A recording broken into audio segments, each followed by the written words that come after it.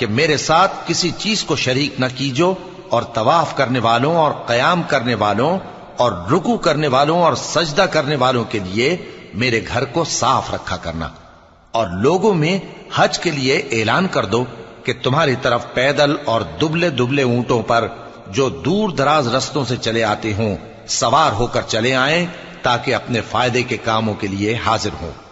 और कुर्बानी की अय्याम मालूम में मवेशी चौपायों के ज़बह के वक्त जो अल्लाह ने उनको दिए हैं उन पर अल्लाह का नाम ले।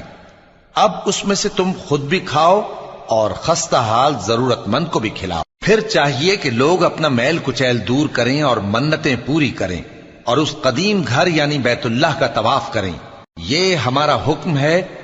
और जो शख्स अदब की चीजों की जो अल्लाह ने मुकर्रर की हैं ताजीम करे तो ये उसके परवरदिगार के नजदीक उसके हक में बेहतर है। और तुम्हारे लिए मवेशी हलाल